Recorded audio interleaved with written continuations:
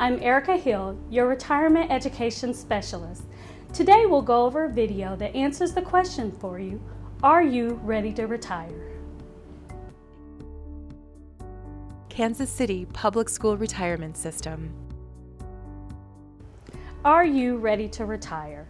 Retirement can lead to some open challenges, things that you've always wanted to do.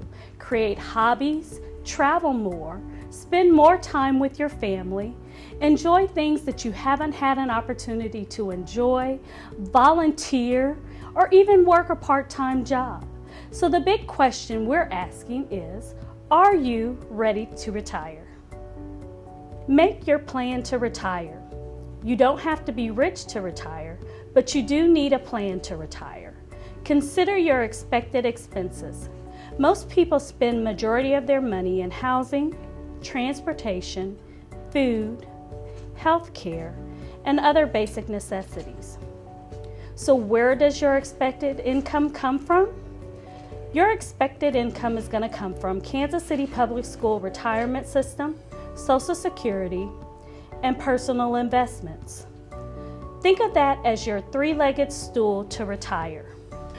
Are you eligible for Kansas City Public School Retirement System retirement? First, you must be vested. That means you must have obtained 5 years of credible service with a participating employer. If you have not obtained 5 years of service, you cannot retire. Retirement eligibility. If you were hired prior to January 1, 2014, you're on Plan B. Plan B says to receive a full retirement benefit, you must be at least 60 years old, or you must have at least 75 points, which is age plus your years of service, the rule of 75. You can also receive an early reduced retirement benefit if you are at least 55 years of age. At age 55, you get about 65% of the full amount. Retirement eligibility. If you were hired on or after January 1, 2014, you're considered a Plan C. Under Plan C, to receive a full retirement benefit, you must be at least 62 years old, or you must have at least 80 points, which is age plus your years of service, the rule of 80. You can also receive a reduced early retirement benefit, but you must be at least age 55 years old. And again, at age 55, you get about 65% of your full benefit. Process for retirement. Schedule an appointment with the retirement specialist to discuss payment options. Complete an application for retirement, and submit necessary information. You can schedule that appointment by calling 816-472-5800. Decide on a date of your retirement. We always retire the first day of the month, so if you're wanting to retire at the end of the school year, that first day of the month would be June 1, 2017. We always retire on the first day of the month. Contact your employer's HR department representative to ensure you understand your employer's termination process and receive information related to your employer's health care insurance after you retire if applicable.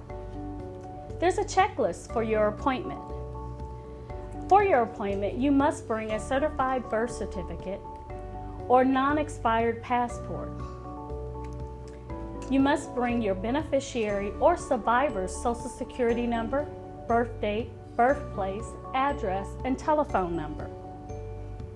If you choose a survivor option, you must bring a certified birth certificate or non-expired passport for that survivor.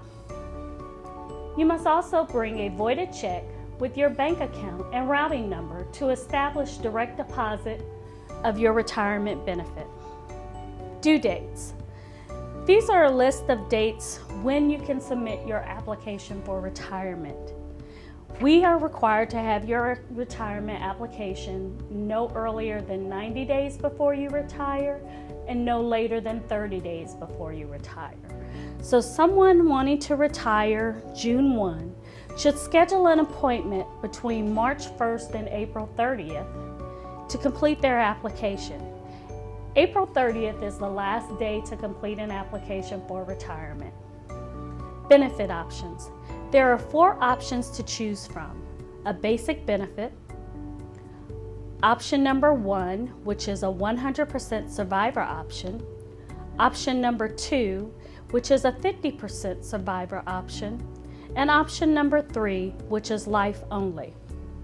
Once you have accepted your first benefit check, you cannot change your selected option. Basic benefit option. Basic benefit is payable for the duration of your life. Upon your death, the monthly payments stop. If you should die before you have received retirement payments totaling the amount of your employee contributions and interest to the plan, your beneficiary will receive a lump sum payment of the remainder of your employee contributions and interest. Again, once you have accepted your first benefit check, you cannot change your selected option. 100% survivor option is a reduced benefit to you for the duration of your life. Upon your death, your survivor will receive 100% of the benefit amount you were receiving at the time of your death for the remainder of your survivor's life. If your survivor dies before you do, your retirement benefit will be increased. It will pop back up at the time to the amount payable to you under the basic benefit formula. After the death of both you and your survivor, no further benefits are payable and any remaining employee contributions are forfeited. Once you have accepted your first check, you cannot change your selected option or your survivor under 100% survivor option. 50% survivor option is a reduced benefit to you for the duration of your life. Upon your death, your survivor will receive 50% of the benefit amount you were receiving at the time of your death for the remainder of your survivor's life. If your survivor dies before you do, your retirement benefit will be increased. It pops back up at the time to the amount payable to you under the basic benefit formula. After the death of both you and your survivor, no further benefits are payable and any remaining employee contributions are forfeited. Again, once you have accepted your first benefit check, you cannot change your selected option or your survivor. Life only option. This option pays a slightly higher benefit than the basic benefit.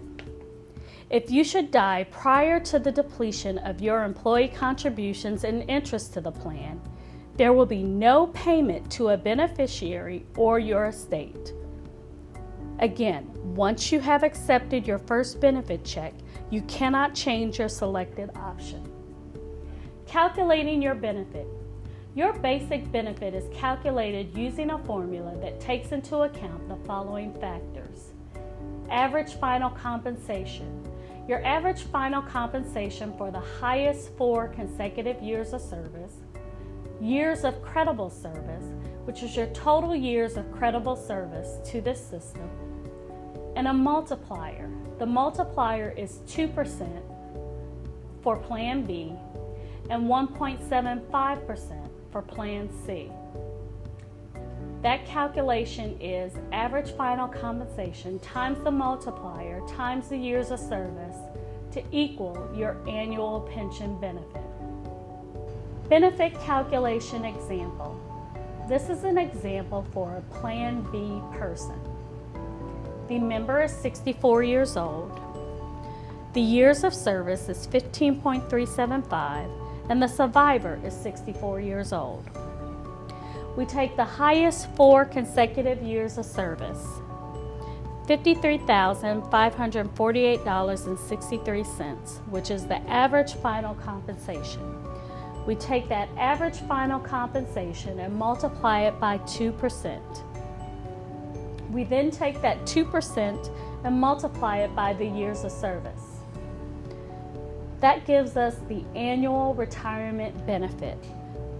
We take that and divide it by 12 to get the total monthly basic benefit of $1,372.18. If this person chooses a survivor option, that survivor option would give the member and the survivor $1,236.39 per month. If they chose option number 2, 50% survivor, that would give the member $1,375 and the survivor $650.37.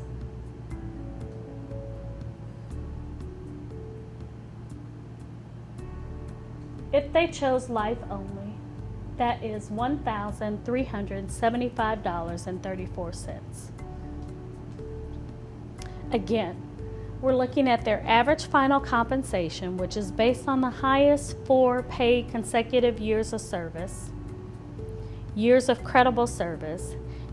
The maximum contributable years of service is 30 years for calculation purposes. Other things to think about. Taxes. Pension benefits are taxable income. KCPSRS will, at your discretion, deduct federal and state of Missouri taxes from your pension benefit. Be prepared to complete a federal W-4 and in most cases a Missouri MOW-4 withholding allowance certificate. If you live in another state, KCPSRS cannot withhold another state's taxes. Working after retirement. Not working for or at the Kansas City School District or Kansas City Charter School or the Kansas City Public Library. There are no restrictions or limitations, and you can continue to receive your KCPSRS benefit. But if you plan to work for or at the Kansas City School District or Kansas City Charter School or Kansas City Public Library, there are restrictions and limitations if you want to continue to receive your KCPSRS benefit. Working for a KCPSRS covered employer may cause you to lose your retirement benefit. If you return to a full-time position, you are required to notify the retirement office prior to the month reemployment begins, so your monthly benefit can be discontinued. You may work part-time, temporary, or as a long-time substitute and continue to receive monthly benefits. If you do not exceed 600 hours in a school year, summer school counts towards this limit, and you do not earn more than 50% of the annual salary you were last paid by the KCPSRS covered employer before your retirement. There are no limitations on hours or salary if you work for an employer that is not a KCPSRS covered employer. You may work for any non-covered KCPSRS employer and continue to receive your monthly retirement benefit. Remember, if you work for a KCPSRS covered employer, you must track your hours and salary and must contact KCPSRS immediately to stop your retirement benefit payments if exceeding limits.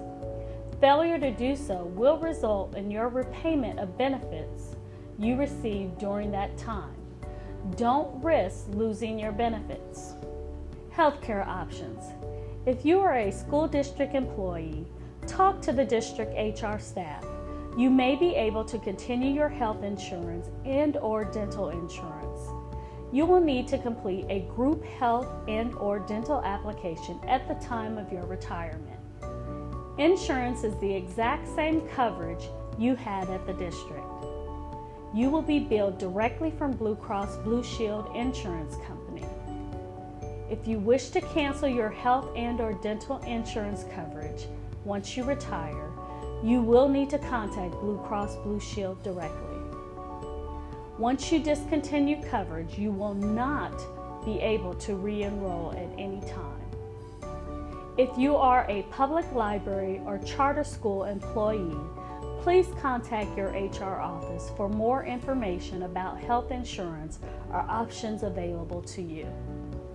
Explore other health care insurance options. KCPSRS has partnered with Select Quote and McDaniel Hazley Group to provide you with options for other health care choices. Once you retire, your first KCPSRS benefit payment will be made in the form of a paper check mailed to your address. After that, payments will be directly deposited into your bank account. Payments are always made the last business day of the month. A statement of annual payments will be mailed to you each year after December 31st. Your 1099-R for taxes will be mailed to you annually by January 31st. Keep your information up to date. It's very important. We won't know that you've moved. We won't know that you've stopped your mail. So any changes to address, bank account, beneficiary, we need to receive that at the KCPSRS office before the 15th of each month. If you have any questions about your pension check, contact the Retirement Service Coordinator, Lois Henderson.